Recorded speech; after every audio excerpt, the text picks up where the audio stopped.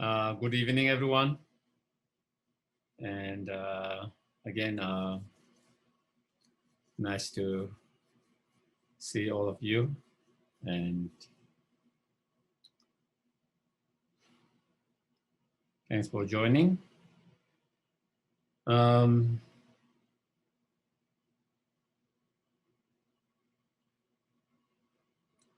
Maybe we could start with the short good intentions. We can think, may our coming here together and engage in discussions become cause and conditions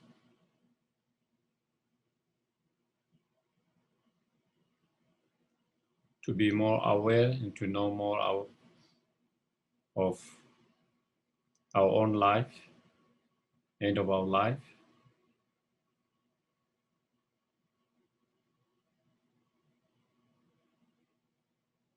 And may it become cause and conditions to achieve enlightenment for the benefit of all sentient beings.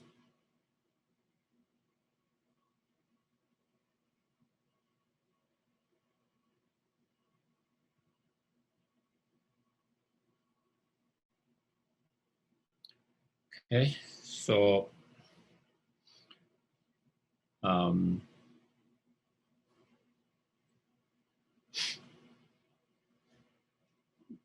this 1 hour evening that we have been doing maybe a couple of times a month with a different topic that has been requested by different students. And that one is we have used this as more like a question and answer. Of course, I try to give a little bit of talk on this subject for maybe less than half hours at the very beginning, and then most time then it is open for the questions, and it is more kind of discussion, questions, answers. So again, so today's topic, as requested by some other students, is impermanent and death. I think probably you have heard too much of that and ready to not to hear that. Maybe you want to hear something else. Yeah. But that is the topic of today's topic.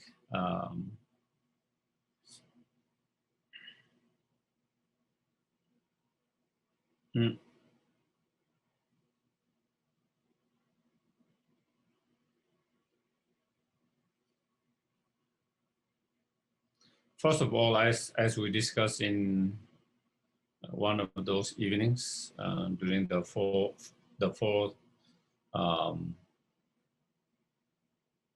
Dharma seals, so all conditions, objects, or phenomena are impermanent by its nature. That everything that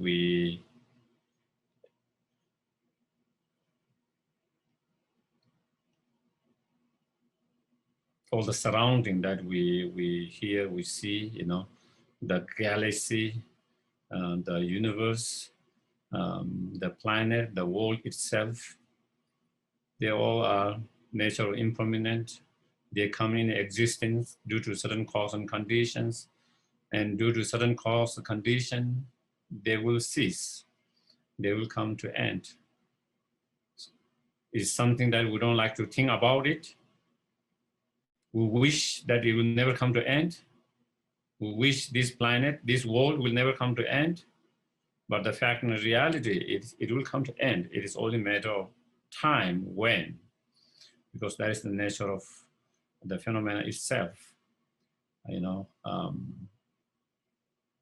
Also in the past, this cycle has gone many times, and it will go again, you know. And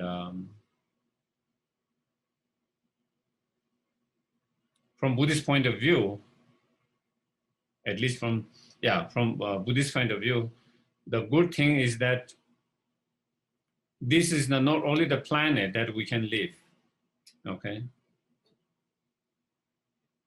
If this is the only planet, then if this come to end,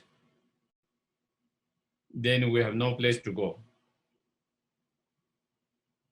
you know, no place to go. But from Buddhist point of view, you know, there are many other planets uh, where sentient beings are, not only sentient beings, even the human beings, you know. So, you know, but the fact is this, um, this world is come to end at in certain time. We don't know how long it could last, you know, could be a few decades, maybe it could be more than decades, few thousands years, maybe, hopefully, maybe a few millions. But eventually it will come to end, even the whole universe itself. Um, and then there is new creations or new creations or in other places. And so that being the case, our life is also impermanent. Our life will also come to end, you know.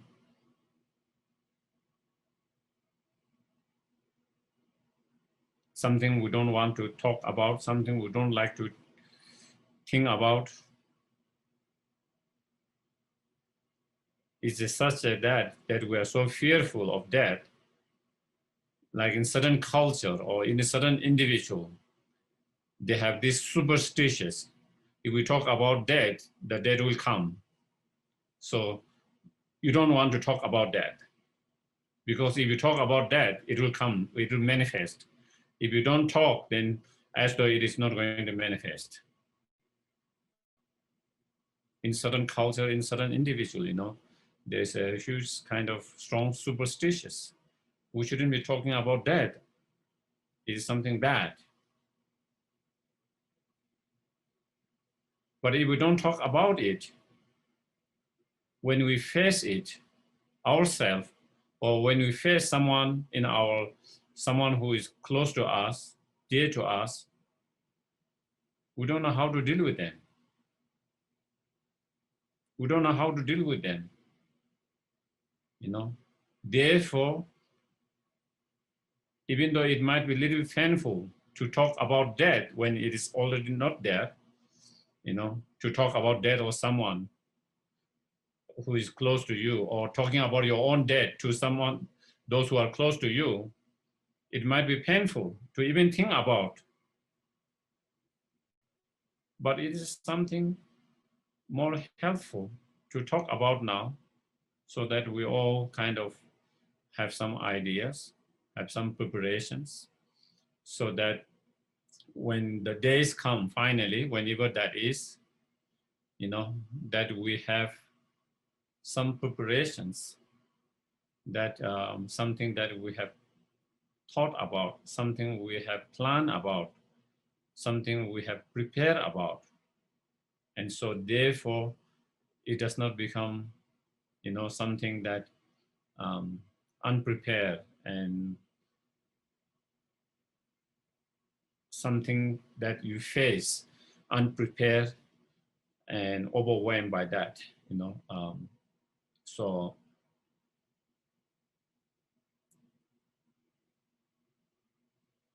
a lot of other things in our life, many of unwanted circumstances, situations, suffering, pain that we experience in life, some of them we can avoid it.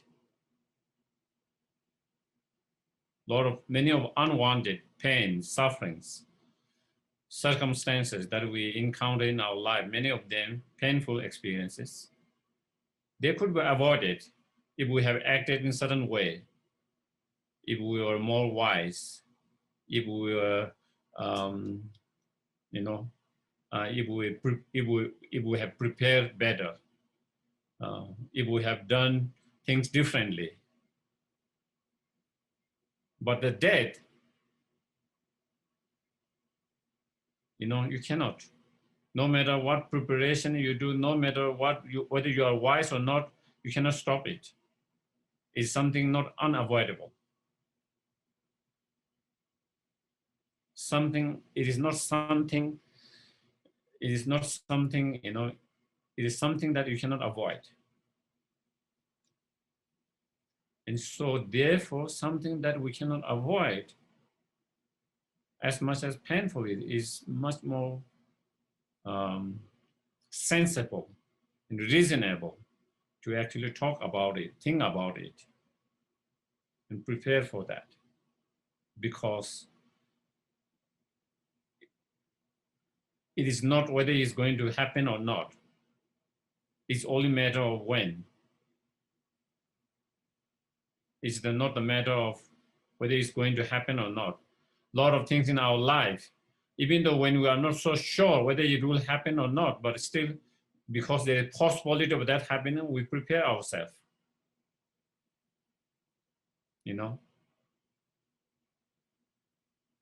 For example, sometimes you get a weather warning, that there could be a storm.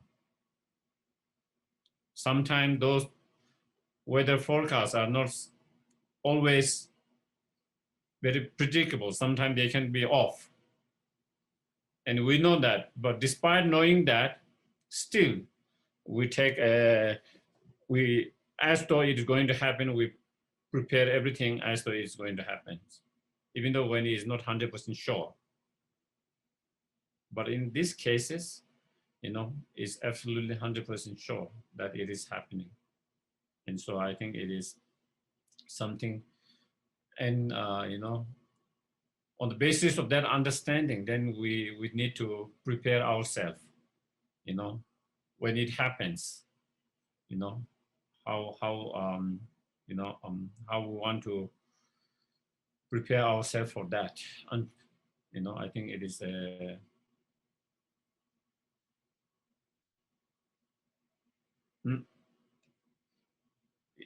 a meaningful, useful, beneficial to do that. And to recognize, in this time, we see people dying all the times, especially now, if you read the news, if you listen to the news,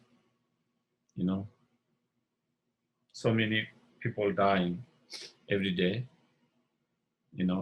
Even in my cases, in last year and this year, quite few relative has passed away, and many of my friends from many places, this country, Europe, in Nepal, whose families members have passed away. So death has been around. So it just kind of remind you how vulnerable our life is. Most of them, before starting or last year, they never thought this last year or this year or the last time of their life in this world at the moment. Neither they thought about it, neither their family members had thought that it was coming.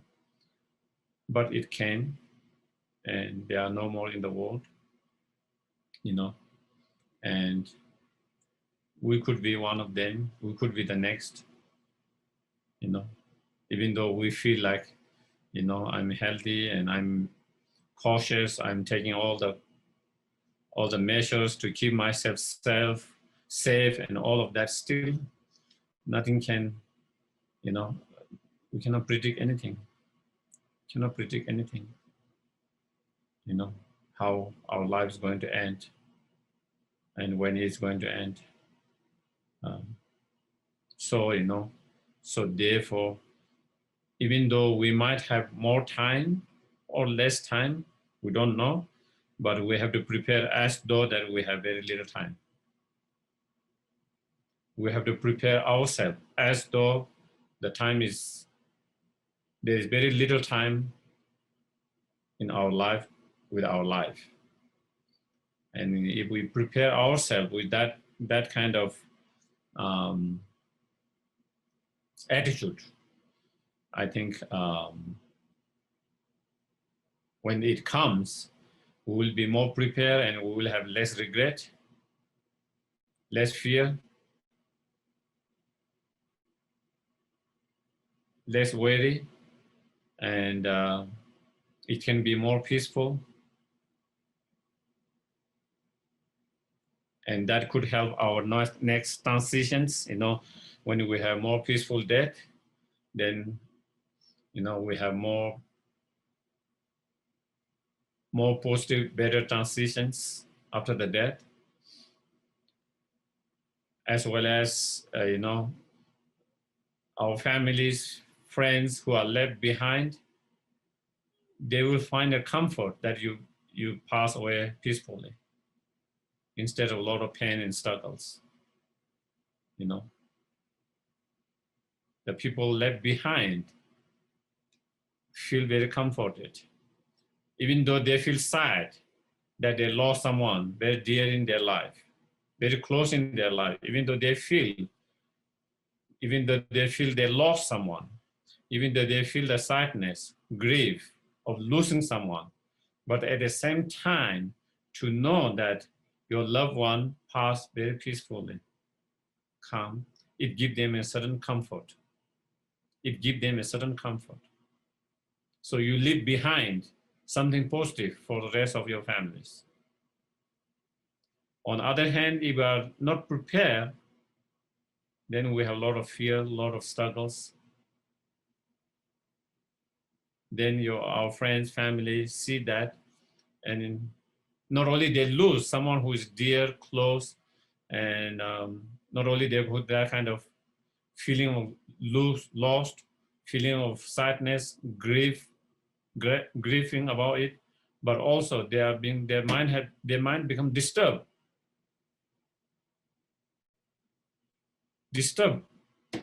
by seeing that struggle, that pain, and that could kind of affect them and disturb them, not just for weeks, months, sometimes for years and years.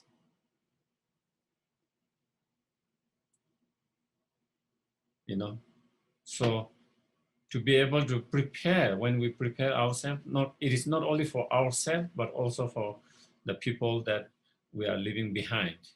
Also, it helps them as well to feel much more comforting, peaceful, calm, peace.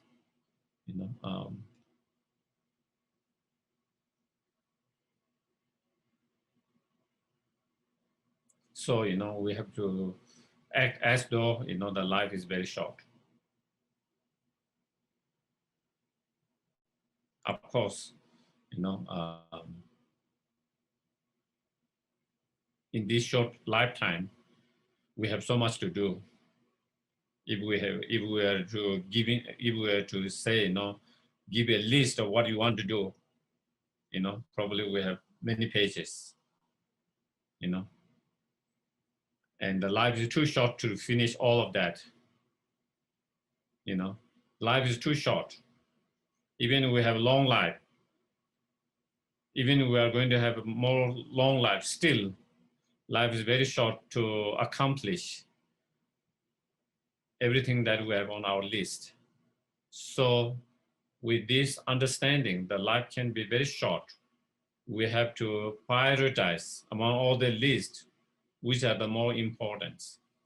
If I have only 1 week, if I have only 1 month, if I have only 1 year, among all these lists, which are the more important one? And on the basis of that, we should start preparing that,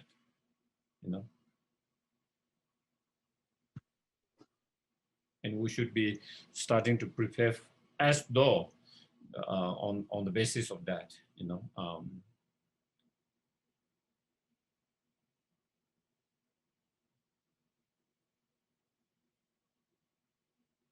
like if I have only 1 month, what are the things that I need to take care of? What are the important things that I feel I need to take care of?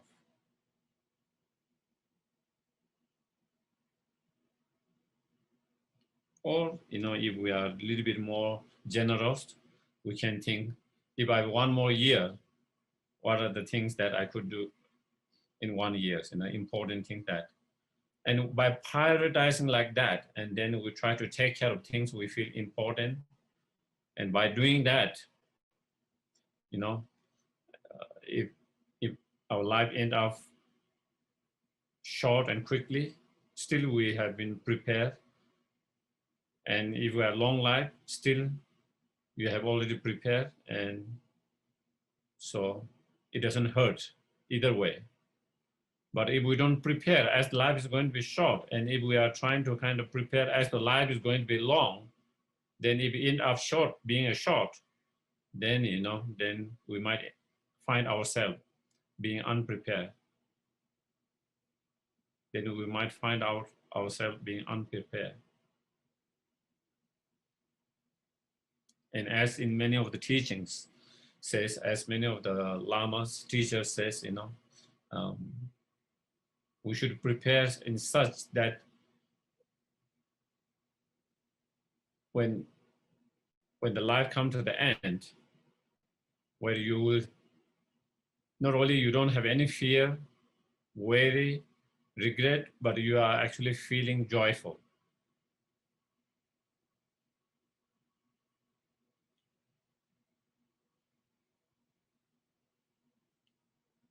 And many of the great practitioners are able to face the death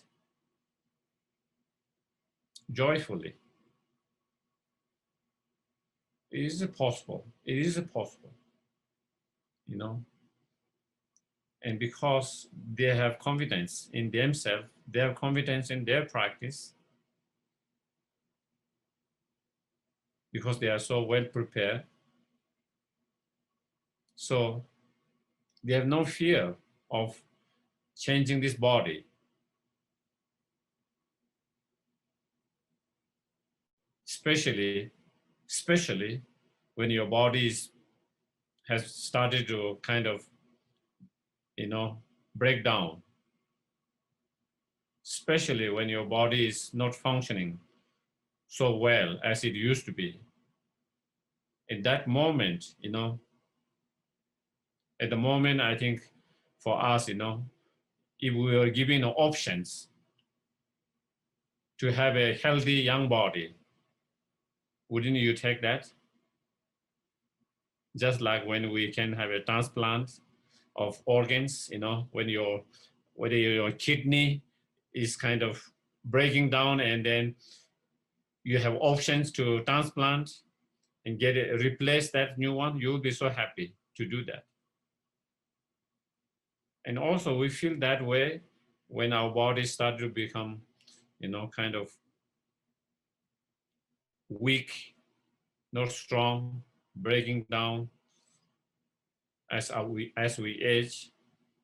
And so if you are given, and so for those practitioners, highly realized practitioner, or those who have prepared well, who have maybe not even highly realized in terms of realization, but who have prepared very well.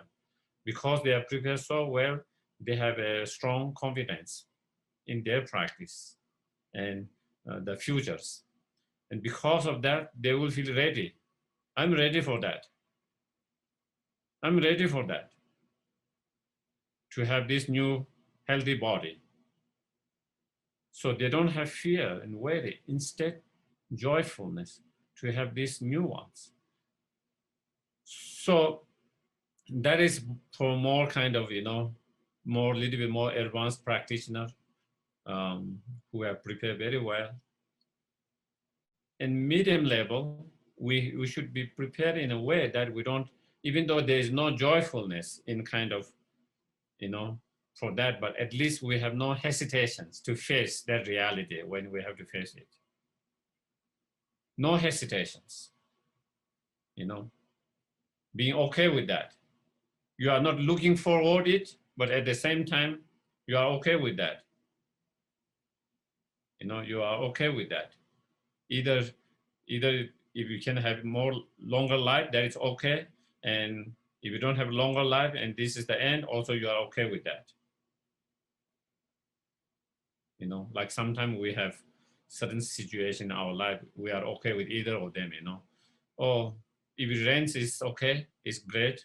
If it doesn't rain, also it's good, So sometimes we have that kind of attitude,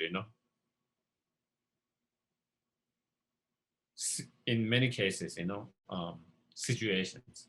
Similarly, also we have similar attitude when we are facing the death. If it comes, I'm okay with that. If it doesn't come, and if I have a little bit more time, that is also okay. So at least you have no hesitations, resistant, resistant towards that, and hesitation to face that. And then it says, in minimum level, as a practitioner, and minimal level as a practitioner, that we have prepared in a way such that at least we don't have so much regret at the time of death. That we are not bothered by so much regret.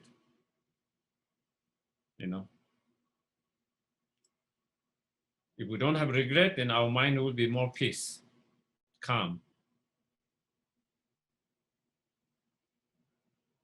If our mind is more peace and calm, also we can do practice better. When our mind is peace and calm at the time of death, whether we are able to do practice ourselves, whatever practice, Dharma practice, whether it's a meditation on bodhicitta, whether it's meditation on emptiness, whether it's meditation on Tonglen, whatever practice that we are familiar with, or any daily yoga, whatever practice we are familiar with, and which we do ourselves, or if we are too weak not being able to do it, where someone leads you through the practice and you can follow the practice. And when our mind is more calm, peaceful, we will be able to do ourselves or follow when someone is trying to lead us. When our mind is kind of tremorless and kind of agitated, disturbed, then it is hard to do practice ourselves, or even someone try to lead us, it will be very hard to follow them because our mind is not calm and peaceful. And so it is important to have that calm and peaceful mind at that time, so we can actually do some practice, that we can be able to,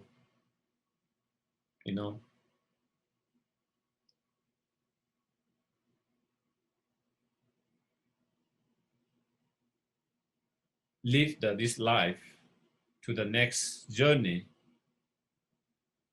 in a positive way through certain positive practices, virtuous practices, Dharma practices. And so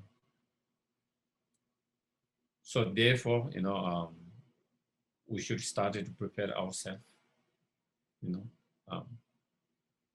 and again, one of the biggest, of course, there are so many different practices, to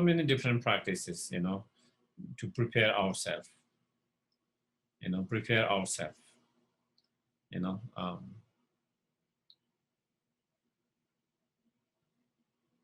but, I think whatever practice we choose in our life,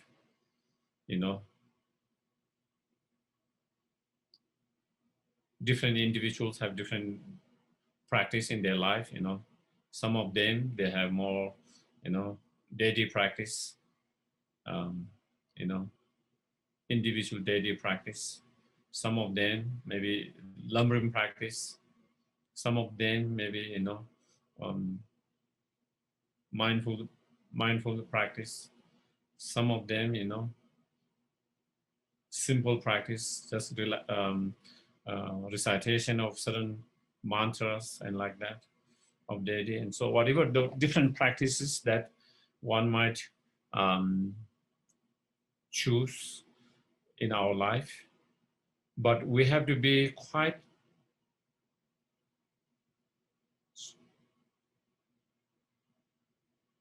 familiar with one practice, that we have a practice that we do very regularly and very often, that we are very, because of that familiarity, that we are good at that without much effort. And where you have confidence in that practice, And sometimes that practice might be very simple practice, It can be very simple practice, but something that you are very comfortable, that you are very familiar, that you are very confident with that practice. We need at least one of those practices. And when you are that, then, it can be, we can do that easily. Whether we're having a natural death,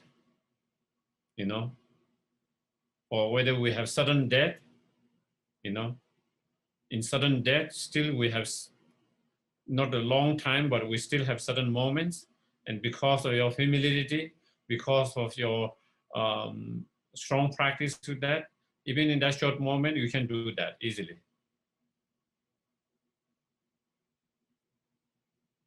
And then, that come in the beneficial to be in that state of mind. Even in a sudden death, still, in many cases, still you can be able to engage into the practice without much effort, easily, even if it's very short.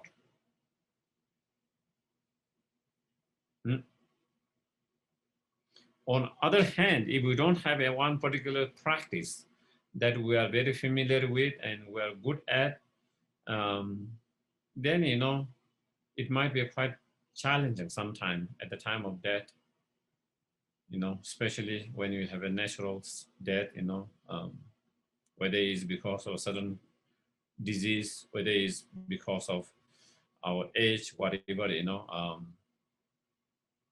because our body and mind are not so strong and they are weak.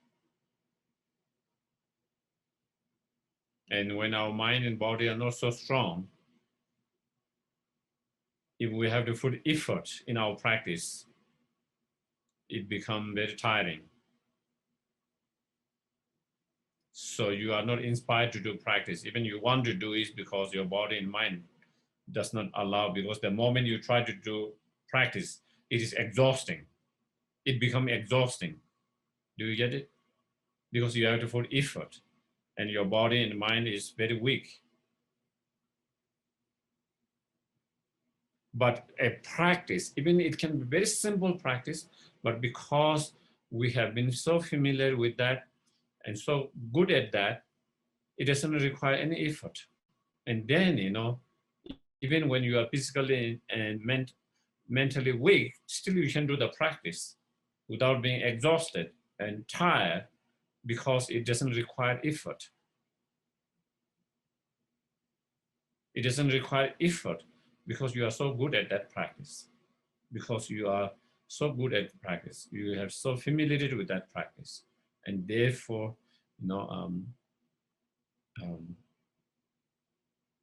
so I think that is, I personally feel that is very important. Otherwise, and that is the same when you are trying to help someone. When you are trying to help someone who is dying, we have to know what practice they are good at.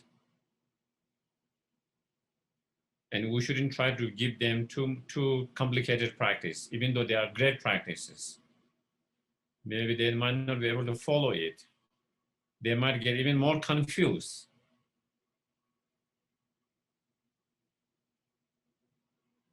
Instead, when we're trying to help, if we know what their practice are, we can try to help guide through their practice, what they are kind of familiar with that particular practice. If we don't know, if we're trying to help them, give some advice and certain way of thinking, try to give something more simple that they don't have to, um, trying to make sense of it and putting so much effort to trying to understand and trying to do right way, but um, and otherwise sometimes we might make even more confusions instead of being able to help, you know.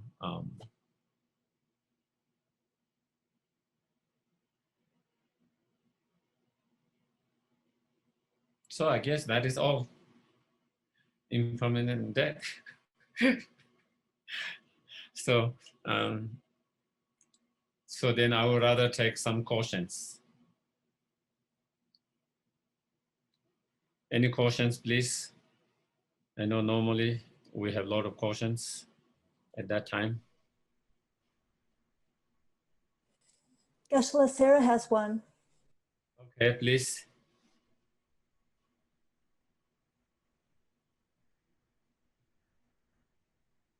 Yeah. You can unmute. Sarah, your mic is unmuted. Do you have a question? Me? Sarah, Yes, you. I guess this is very timely because my mother-in-law is dying and I'm going out to see her this weekend, and I don't think she's had any, I think she's in denial, and I want to be helpful to her, and how can I be helpful to her? Mm-hmm. She's past I think she might be starting to think about it and starting to have some acceptance, but she hasn't talked about it, and her family is not going to talk about it. She's going to talk to a Episcopalian minister. Mm-hmm. And I thought I might talk to her about reincarnation, because to me, I understand the Buddhist point of view, but to me, the idea of reincarnation is comforting. Mm-hmm.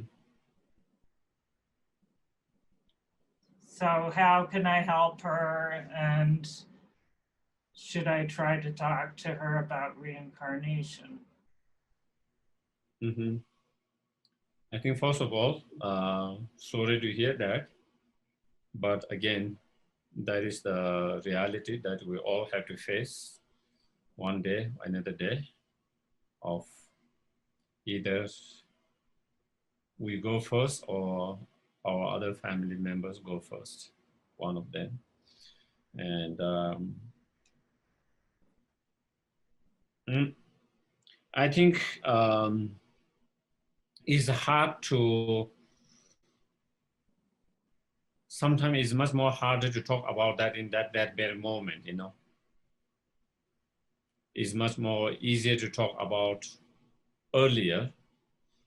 And for some people, it's much more harder when they are in that situation itself, in that moment.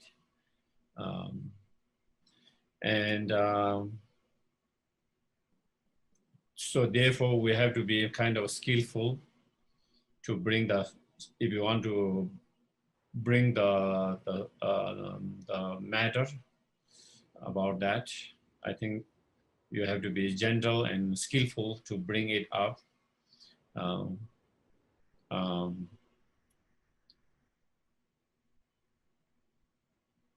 And also talking about the reincarnations, I don't know, it depends on the individual, whether they are open to that kind of idea or not, if they are not open to that kind of idea, it might confuse them more. Suppose, let's say if she is a believer in a Christian and she has strong belief of heaven, and she doesn't have any belief or reincarnations, or even possibility of reincarnations. There are some people who doesn't believe, but they are kind of maybe, there could be, there are people who doesn't really believe 100% that there is reincarnation, but at the same time, their mind is more open. Whereas there are some people whose mind is totally kind of not open to that. And so it depends on the individuals, I think she's pretty non-religious. I think she doesn't really practice, but she did go to the Episcopal Church for a while, so that's what she's familiar with. Mm-hmm.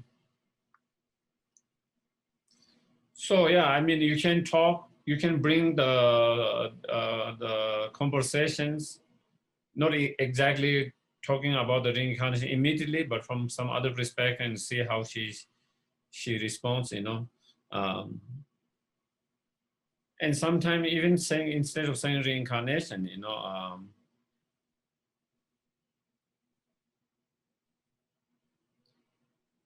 I went to see one of my friend's friend, okay? My friend is also not fully Buddhist, who has some kind of,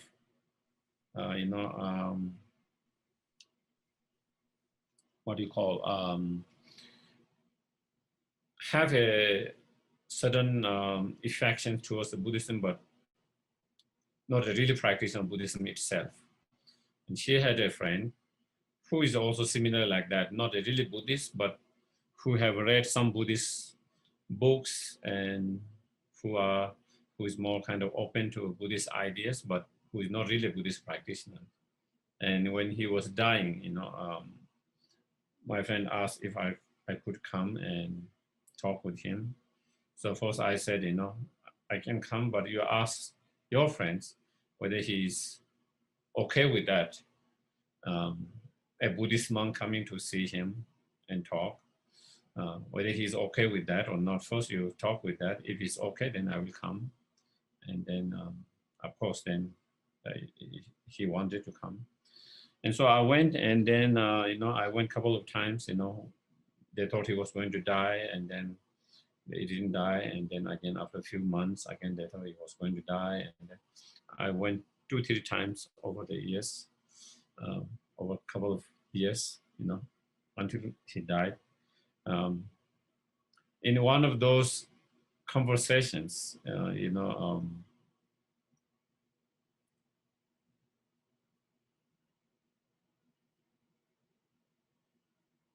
I just kind of brought a cautions to him,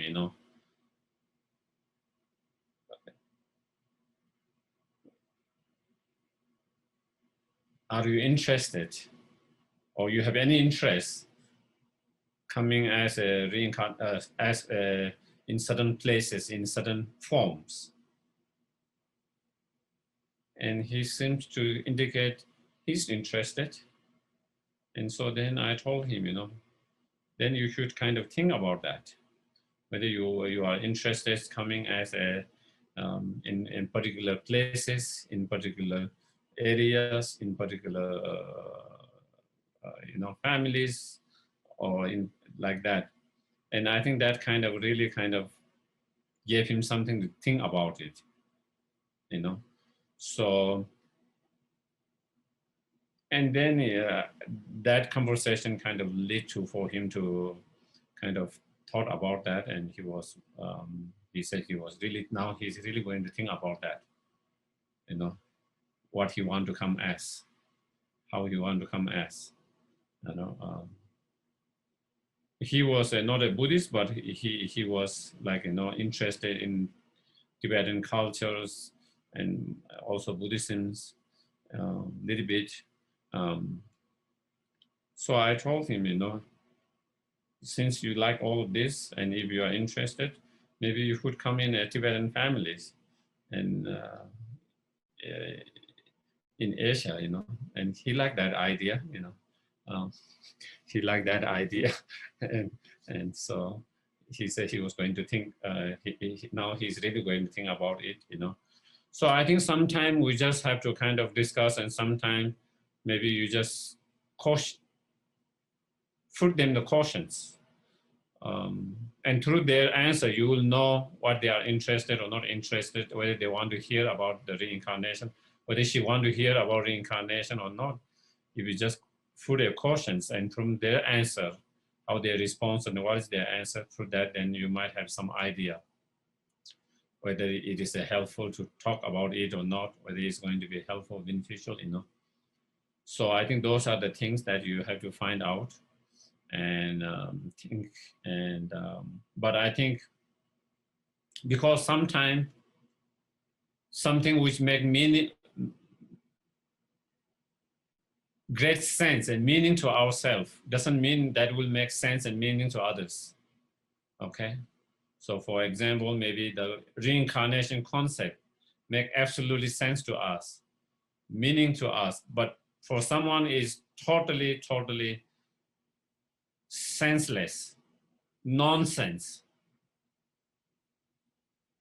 superstitious, ignorant, you know. So, you know, so therefore, because it is something sensible, beneficial, meaningful to us, it doesn't always mean everyone have that same.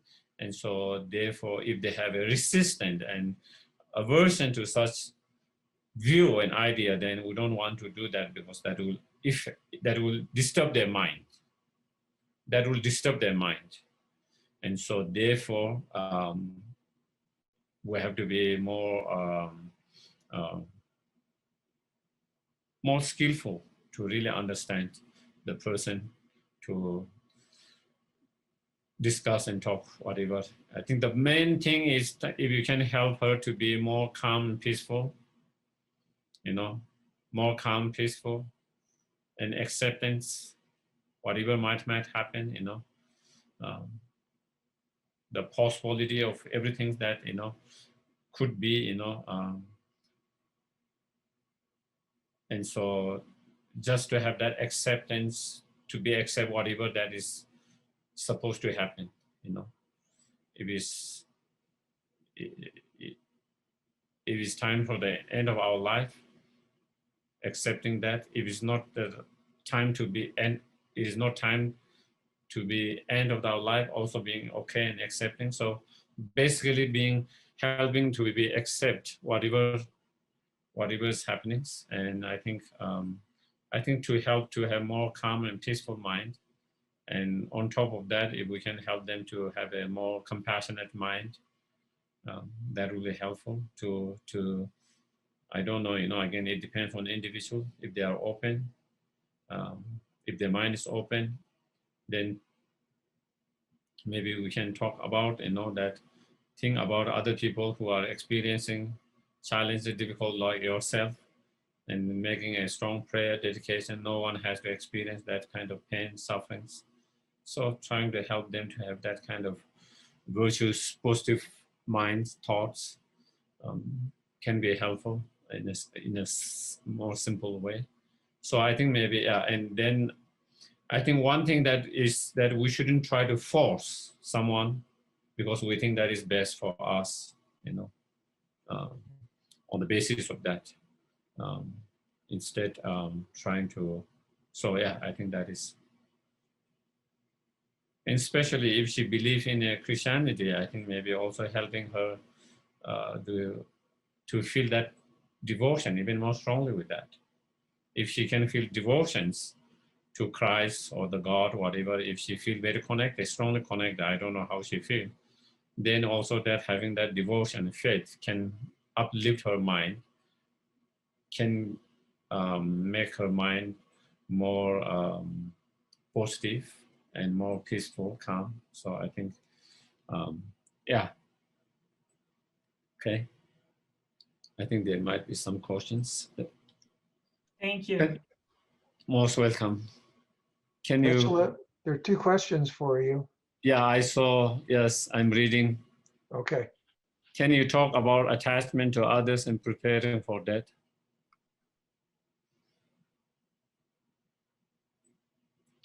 Yeah, I think I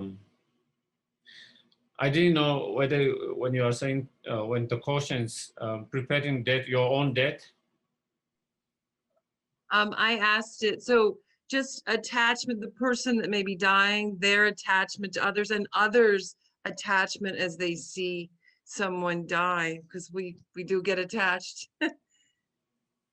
Yeah, yeah, absolutely. I think especially when it is close to someone who is close to us, you know.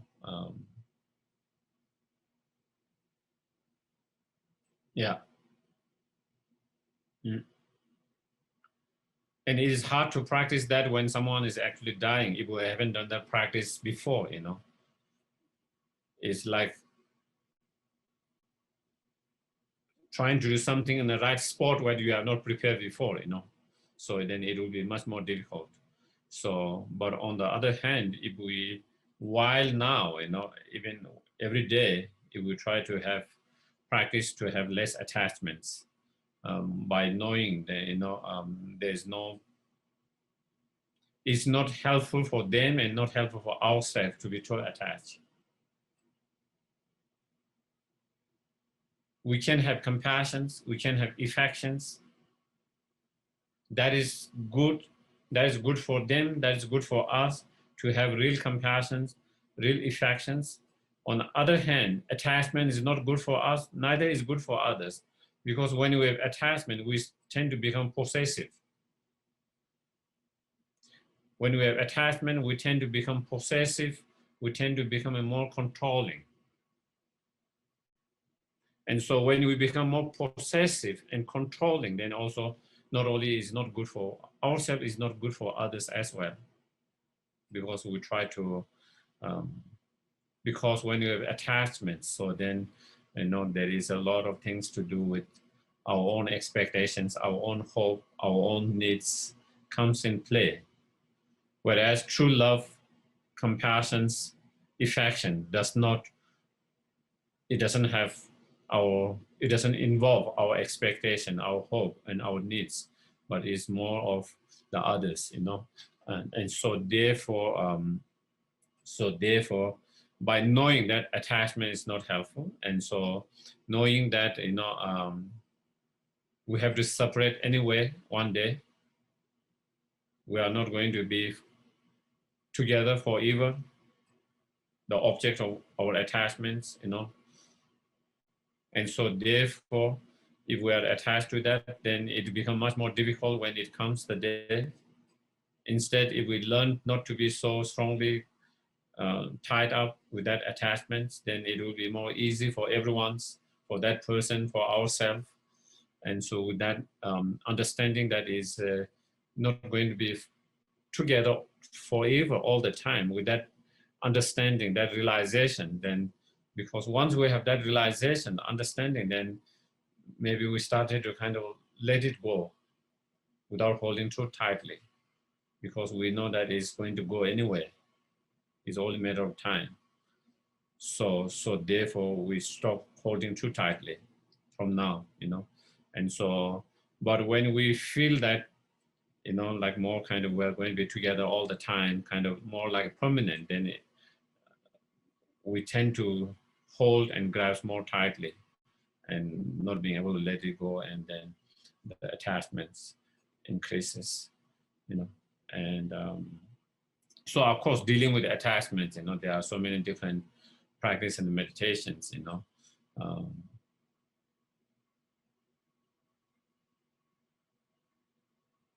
Looking at the nature of the attachment itself, looking at the nature of the object of the attachments. Also, you know, so understanding the emptiness of the attachment, it's the emptiness of the object of the attachments itself. And also meditation on understanding the impermanent nature of the object, impermanent nature of the attachment itself, impermanent nature of the oneself who is attached to that.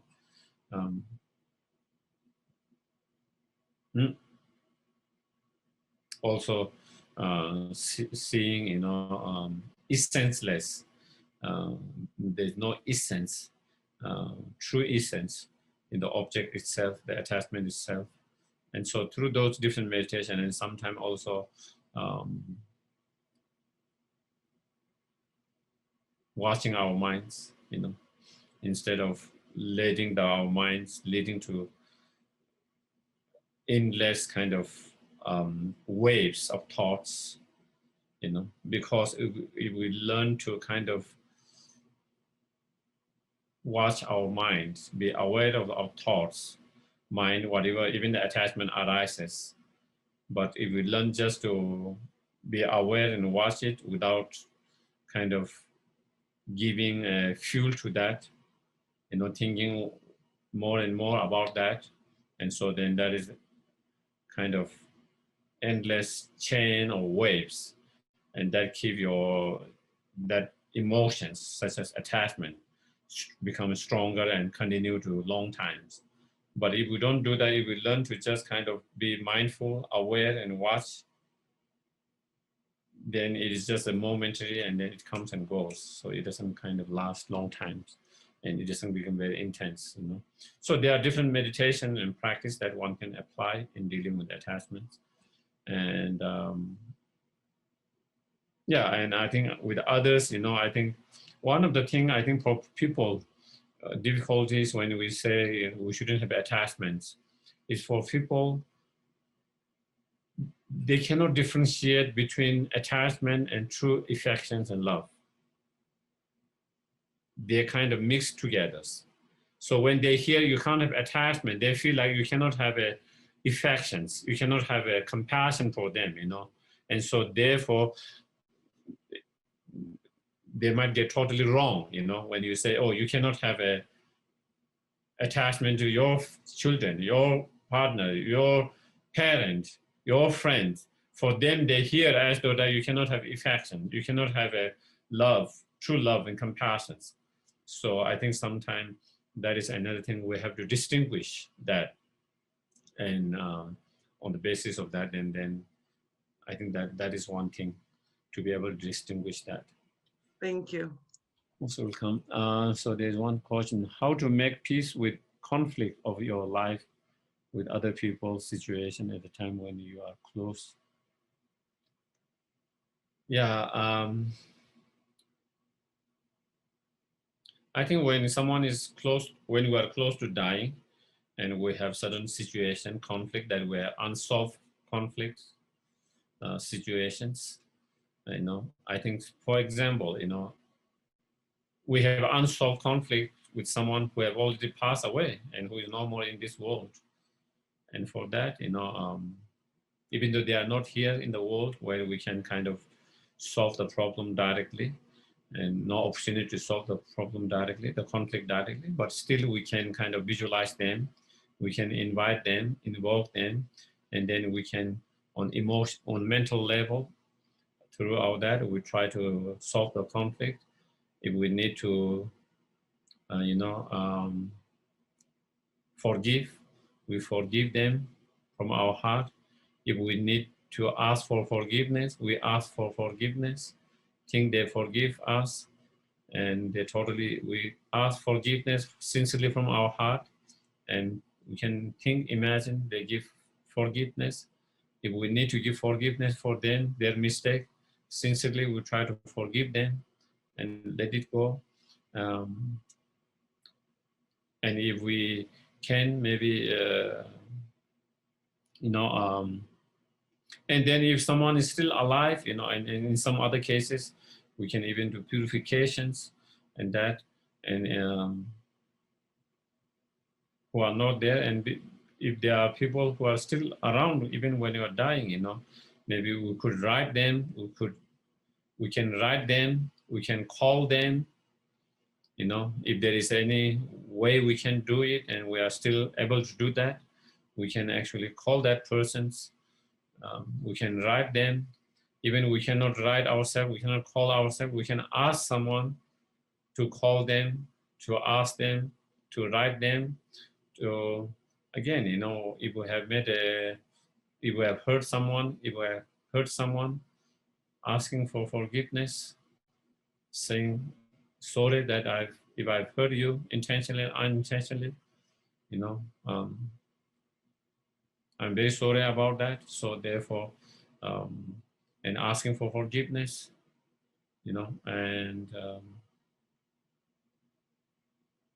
if there is someone that we need to forgive and something we need to that, then we also call them and you know, I don't hold any bad feelings.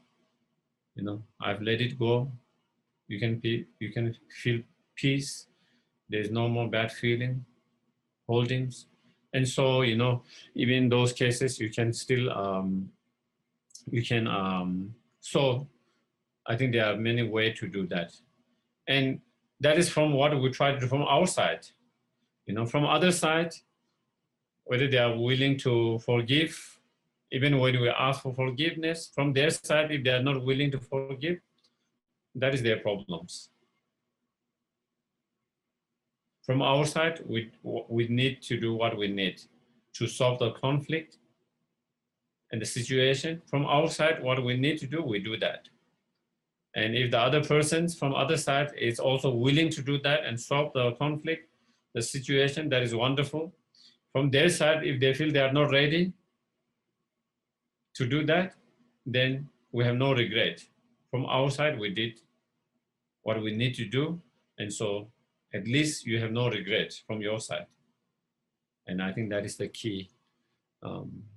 Yeah, so thank you very much, everyone, for time, and okay, have a good evening, and